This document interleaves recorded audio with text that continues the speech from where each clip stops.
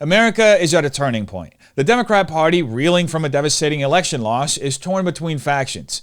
Those rethinking their approach in light of Trump's popularity and those refusing any compromise, positioning themselves as a staunch opposition. This divide reflects a larger struggle over how to navigate this country's shifting political landscape. Meanwhile, the media finds itself at the center of the storm. Elon Musk's acquisition of X, formerly Twitter, has sparked fierce debate about free speech, media ownership, and the role of billionaires in shaping public discourse. Critics claim it's a threat to transparency, while others argue it's a much-needed challenge to entrenched narratives. What we're witnessing is a battle over influence and direction in America, not just in politics, but in the culture as a whole. Is this the dawn of a new era, or simply the same power struggles in a new form? Our first clip from CNN doesn't answer that question, but it does illuminate. So, Carrie, I want to ask you about this idea of media takeover, because after Elon Musk purchased Twitter, changed it into X, there's no doubt that he exercised some power there. So how do you hear this even in jest kind of purchase of a cable network? Good to be with you tonight. Good to be with you as well. Thanks for having me. I think that we should believe everything that is said coming from this administration.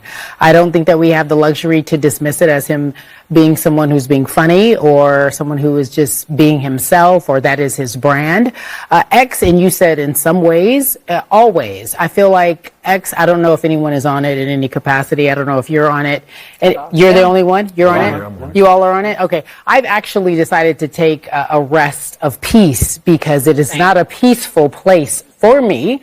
And I know if in fact you don't agree with this current administration, most people can say that it's not a peaceful place. I wouldn't be surprised if there was an actual bid made to take on MSNBC, but the fact that it just can't happen in real life. And we just can't. It's not even for sale. It's not officially for sale. The last time he mused about maybe buying something, it's not even realistic in real life. But I do believe that media, everyone sitting here at this table, if you don't agree, we're in for some tough years ahead. I do believe that we are not going to be able to be as safe or say what we want to. I don't think free speech is going to be as free. Carrie Champion's commentary reveals a troubling mix of contradictions, fear-mongering, and a lack of factual grounding. Her remarks rely on exaggerated claims and selective outrage, which do more to inflame division than foster productive discussion. First, Champion takes Elon Musk's satirical comment about purchasing MSNBC entirely out of context.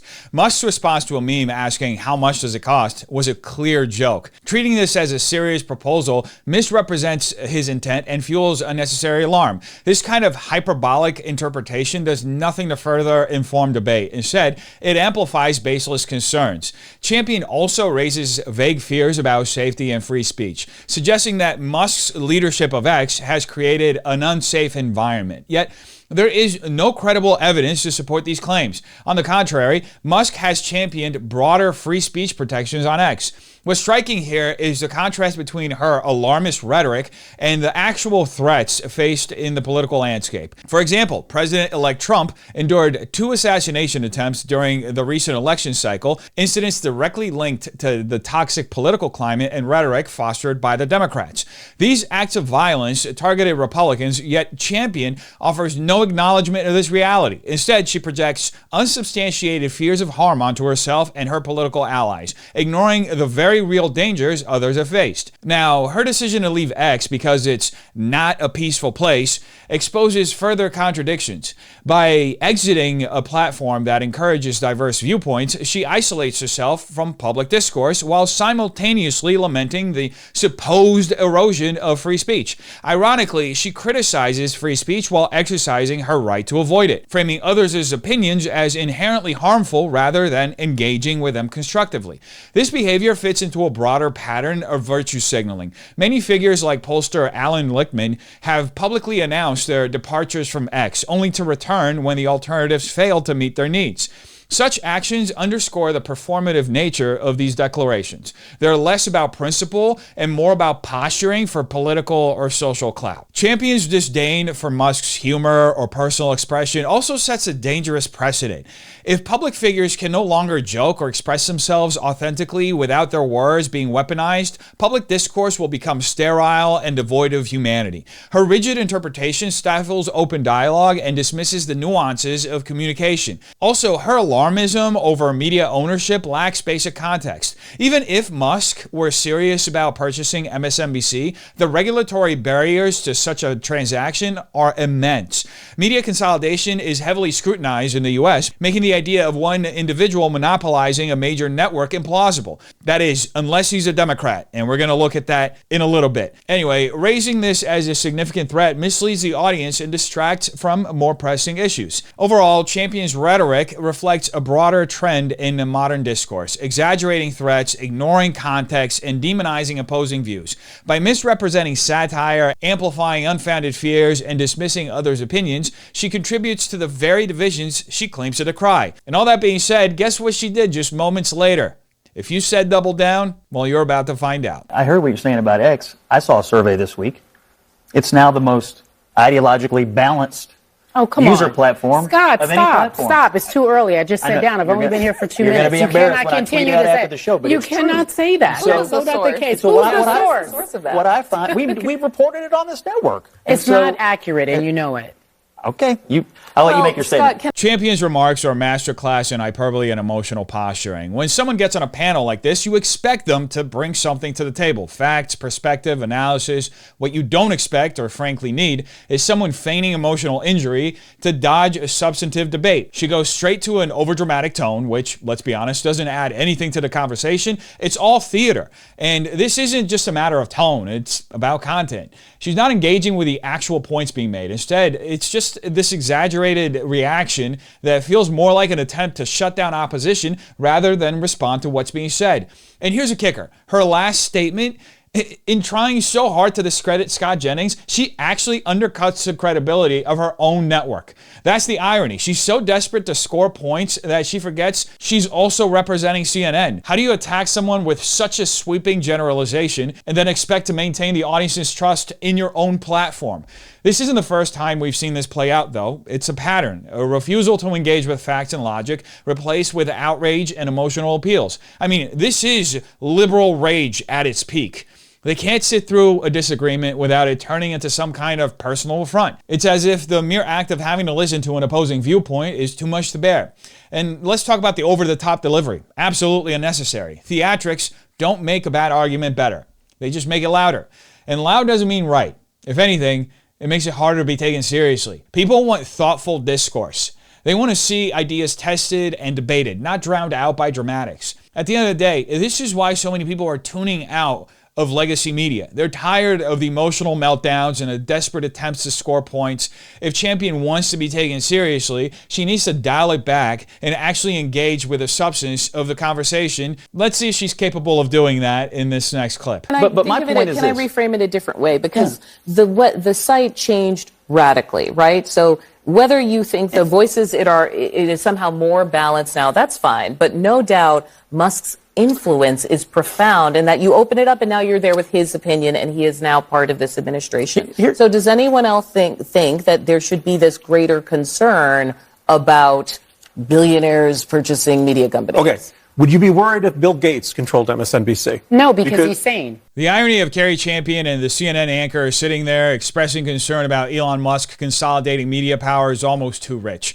They're on a network owned by Warner Brothers Discovery, a massive media conglomerate that owns not just CNN, but also multiple news outlets and entertainment channels. That's consolidation on a grand scale, but it doesn't stop there because Champion's show is hosted on Prime Video, owned by none other than Jeff Bezos, one of the wealthiest individuals on the planet. And let's not forget, Bezos also owns the Washington Post. So when they express outrage over Musk owning a single platform like Twitter, it comes off as hypocritical. Where was this concern about billionaire influence when Bezos was expanding his media empire? And while we're at it, let's take a trip down memory lane. CNN itself was founded by Ted Turner, another billionaire. Turner's vision of a 24-hour news network was groundbreaking, sure, but it was also a business move by a man with vast financial resources and influence. Billionaires shaping media narratives isn't new, and it didn't start with Elon Musk. Then there's the George Soros example. Democrats were silent, and some even supportive, when George Soros bought 220 radio stations earlier this year. Not a peep about the dangers of media consolidation then. Why? Because it aligned with their political intents. But when Musk or any other billionaire steps in, Elon, suddenly it's a crisis of democracy. And here's a kicker. The inconsistency around who gets labeled a good billionaire and who doesn't. Bill Gates? Really? He's celebrated as a sane billionaire by some Democrats, despite a track record that raises significant ethical questions. His vaccine programs in parts of Africa have sparked outrage due to reported harm, but he's given a free pass. Why? Because he aligns with their narrative? Musk, on the other hand, challenges it, so he's branded as a villain. This selective outrage is patently insane. Billionaires influencing media and public opinion is either a problem across the board or it isn't. You don't get to cherry pick who's good and who's bad based whether they share your ideology. Musk buying Twitter is no more dangerous than Bezos owning the Washington Post or Soros snapping up hundreds of radio stations. What's dangerous is the double standards that clouds the conversation. The bottom line, if we're going to have a serious discussion about the role of billionaires in media, let's have it. But let's not pretend that some billionaires are benevolent saviors while others are existential threats based on partisan alignment. That kind of selective concern undermines the entire argument. And speaking of MSNBC, they are on the ropes, as we know, going down the tubes.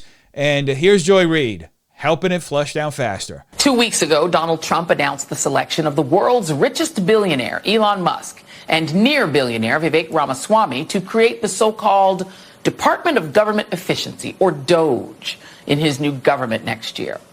Now, before I go any further, I need to point out to you that even Donald Trump can't just invent a department of the federal government. The Constitution clearly states that only Congress has the power to establish departments and agencies. But, you know, Constitution, schmonstitution. He can do what he wants, right? And what Trump is actually doing, besides helping Musk promote one of his favorite cryptocurrencies, coincidentally called Dogecoin, which he promotes on his ex-Twitter and which is up 190% over the past month, also totally coincidentally, I'm sure, is that he's using the powers of the presidency to get around the inconvenient constitutional checks and balances in order to personally decide who wins and who loses in America. Off the bat, Musk and Ramaswamy have already promised massive cuts to eviscerate federal agencies Republicans don't like. They want to cut $500 billion a year from the federal budget and fire all but 5% of federal employees. They claim, outside looking in, that the agencies have been bloated with federal employees who won't be needed to enforce regulations, since Trump is going to get rid of most federal regulations. So, you know, get ready to enjoy unregulated financial markets, polluted air and water, and raw unpasteurized milk, likely without Obamacare to help you out at the ER. You're welcome. Right off the bat, we need to fact check some of the claims here because there's a lot of misinformation packed into this clip. First of all, the DOGE department isn't an official federal department. It's an advisory initiative, essentially a think tank to assess government inefficiency and recommend improvements. It doesn't have legislative or executive power, and it's not bypassing the Constitution. Trump would still need to work within the system of checks and balances to implement anything this group proposes. So the claim that Trump is sidestepping the Constitution, completely false. It's a scare tactic with no basis in reality. Now let's address the Dogecoin claim. Joy says Elon owns Dogecoin, implying some kind of shady financial motive. That's just wrong. Dogecoin is a decentralized cryptocurrency. It doesn't have an owner. Musk has in the past joked about it and caused spikes in its value with tweets, but that's far from owning it and profiting directly. And let's not forget, Dogecoin started as a meme based on Doge, you know, Shiba Inu dog, that little meme. The idea that Musk is somehow tying the advisory role to Dogecoin's success is a conspiracy theory with zero evidence. And her suggestion that Trump is using this to bypass checks and balances, let's not forget, Trump isn't even in office right now. The idea that he's already avoiding constitutional oversight is absurd. On top of that, Trump's presidency was anything but smooth sailing. He was impeached twice and faced resistance from Democrats at every step. If anything, his time in office showed how thoroughly checks and balances can constrain a president, even one as combative as Trump. To say he's getting around the system is to ignore history entirely. Then there's a critique about cutting federal agencies. Reid frames this as some kind of Republican plot to destroy the country, but let's be clear. Reducing the size of government has been a part of the Republican platform for decades. Libertarians like Ron Paul and economists like Milton Friedman have long argued that smaller government is more efficient. Many of these federal agencies have bloated budgets, some in the trillions, and routinely fail audits. Cutting these agencies isn't about chaos. It's about accountability and passing more power to the states. And the slippery slope fallacy she throws in at the end, claiming that these proposals will lead to polluted air, unsafe food, and financial collapse, is pure fear-mongering. Oversight doesn't disappear just because you reduce federal control. It shifts to a more localized and targeted system. And comparing these changes to the destruction of America is not only dramatic, but wildly inaccurate. At the end of the day, this entire segment is built on hasty generalizations and slippery slopes. Streamlining government isn't new, and it isn't going to end the world. Trump isn't sidestepping the Constitution. Musk isn't trying to profit off of Dogecoin through a government role. And small government isn't some dangerous radical idea. It's been a cornerstone of Republican and libertarianism throughout the decades. But the criticism of Doge didn't stop at Joy Reid, because we have a very smart, I promise you she's very smart, Jasmine Crockett, the representative from Texas, also throwing in her quarter of a cent. Don't let it be lost on you that they are talking about getting rid of wasting money while creating a new agency to somehow get rid of wasting money, right? Like, it's a joke. And honestly, I think this is really more so about self-dealing. When you look at the amount of contracts that someone like Elon Musk has had with the federal government, when you look at Vivek, these are guys who have benefited from federal contracting. And honestly, I think that they are looking for additional ways to enhance themselves, while at the same time probably minimizing oversight and those that would actually say there is a conflict, this is a problem, and no, this should not happen. I honestly think that this subcommittee is going to try to stop the work of those Democrats like my ranking member, Jamie Raskin, from making sure that we're keeping oversight over Donald Trump and his business dealings when it comes to dealing with folks like China and other countries that right now are not necessarily on the top of our friends list. Most, if not all, of Jasmine Crockett's statements do not hold up under scrutiny. First, Crockett's claim that Elon Musk and Vivek are creating a new agency is completely misinformed. They aren't creating a government agency. They're forming an advisory board. This distinction matters. An advisory board doesn't have enforcement power, regulatory authority, or any direct role in government operations. It exists to recommend ways to make government more efficient. For a sitting congresswoman to not understand this basic function is concerning, as it reflects either a misunderstanding of how government works or a willful misrepresentation to score political points. Crockett then jumps to accusations of self-dealing, suggesting that Musk and Ramaswamy are using this advisory board to angle for more government contracts. This is a textbook straw man argument. She provides no evidence, zero, to back up the claim that their involvement is tied to personal enrichment. Musk's federal contracts, particularly through SpaceX and Tesla, are long-standing and predate this initiative by years. Implying that this advisory board is some elaborate scheme to secure contracts is pure speculation, not fact. Next, Crockett claims that this board will somehow impede the work of oversight committees. Let's be clear.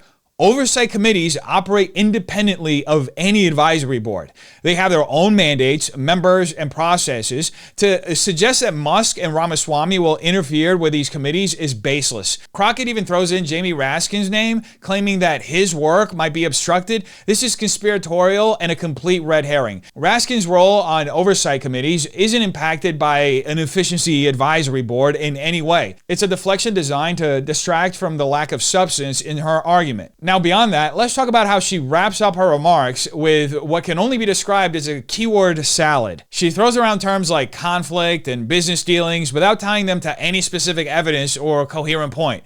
It's rhetorical noise that sounds urgent, but ultimately means nothing. It's a classic example of trying to create smoke without any actual fire. At the end of the day, Crockett's statements are riddled with hasty generalizations, unsupported accusations, and a fundamental misunderstanding or misinterpretation, depends on how you want to see it, of what this advisory board is. If we're going to have a debate about the role of Elon Musk and Ramaswamy, let's stick to the facts, not baseless speculation and political theater. Anyway, you tell me what you think in the comments down below. See you later. Peace.